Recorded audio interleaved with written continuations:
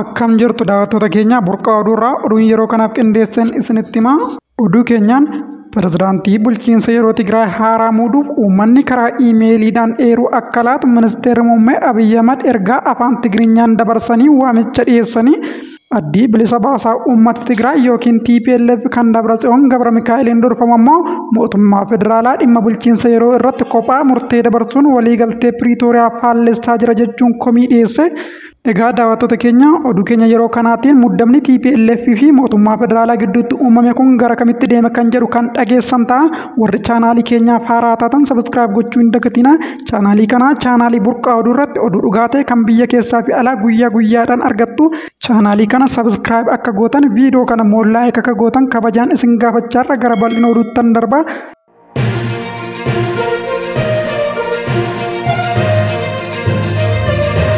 Pirezidaantii bulchiinsa yeroo Tigraay haaraa muuduuf uummanni karaa iimeeliidhaan eeruu akka laatu ministeerri muummee Abiyyi Ahmad ergaa afaan Tigirinyaan dabarsanii waamicha dhiyeessanii adda bilisummaa uummata Tigraay yookiin TPLF kan Dabratsiyoon Gabra Mikaa'eliin durfamu ammoo mootummaa federaalaa dhimma bulchiinsa yeroo irratti kophaa murtoo dabarsuun waliigaltee Piriitooriyaa faallessaa jira jechuun komate. Dabalataanis TPLF ibsa baaseen mootummaan Itoophiyaa uummata Tigraay kan waraana duguuggaa sanyiin miidhame utuu kiisuu qabu boba'aa fi meeshaalee gabaa adda addaa naannicharraa kute jechuun mootummaa federaalaa komate.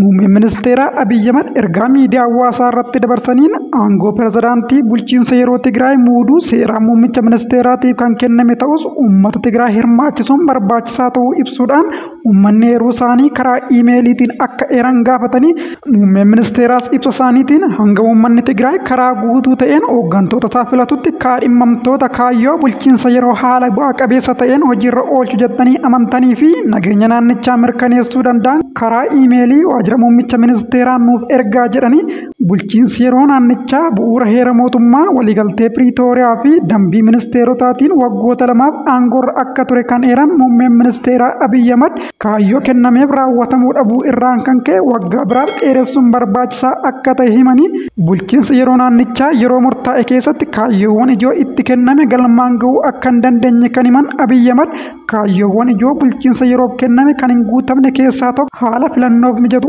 uumuu akka ta'es ibsaniiru.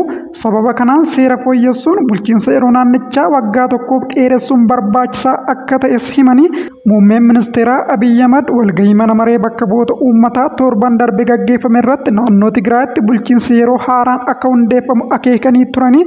TPLF ibsa afaan sadii afaan Tigiriffaa, afaan Amaaraa fi afaan Ingiliffaan baasuun karaa miidiyaa hawaasaa irratti maxxanseen mootummaan Itoophiyaa waliigaltee Piriitooriyaa cinaatti dhiisuun murteen inni addatti dabarsu fudhatama akka hin qabne eere. TPLF ibsa isaatiin koreen giddugaleessaa TPLF Jeneraal Taaddasee Warradee pirezidaantii akka ta'an murteesseera. Mootummaan Itoophiyaas kana fudhateera jedhe.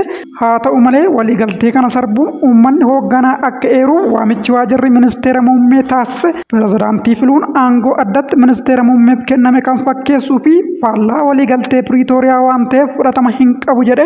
Dabalataanis akkaataa waliigaltee Piriitooriyaatiin yeroo ammaa kana silaa uummanni Tigraay mootummaa qabaachuutu irra ture kan jedhe TPLF mootummaan Itoophiyaa qajeeltoo waliigaltichaan waan hin hojjenneef kun hin milkaa'in hafeera jedhe. Mootummaan Itoophiyaa uummata Tigraay waraana duguuggaa sanyii jechuun ibseen miidhaman kiisuun osoo irra jiru boba'aa fi meeshaalee gabaa kanneen mootummaadhaan hoogganaman akkasumas tajaajiloota adda addaa naannicharraa kute jechuudhaanis TPLF mootummaa federaalaa komate. Dabalataanis ibsi TPLF kun badiin haala kanaan saba tokko irratti raawwatamu waliigaltee Piriitooriyaa qofa osoo hin taane seera idil addunyaas kan faallessudha jedheera. Egaa daawwattoota keenya oduun gabaabsee sa'aatii kanaaf isiniif qindeesse kana gammaatti hordoftanidha. Chaanaaliin kun chaanaalii burqaa oduuti. Oduu dhugaa ta'e guyyaa guyyaadhaan argattu. Chaanaalii keenya sabiskiraayib gochuu viidiyoo keenya immoo laayik gochuu hin dagatina. Sa'aatii muraasa booda oduu biraa nagaa walitti deebinutti nagaan naa tura.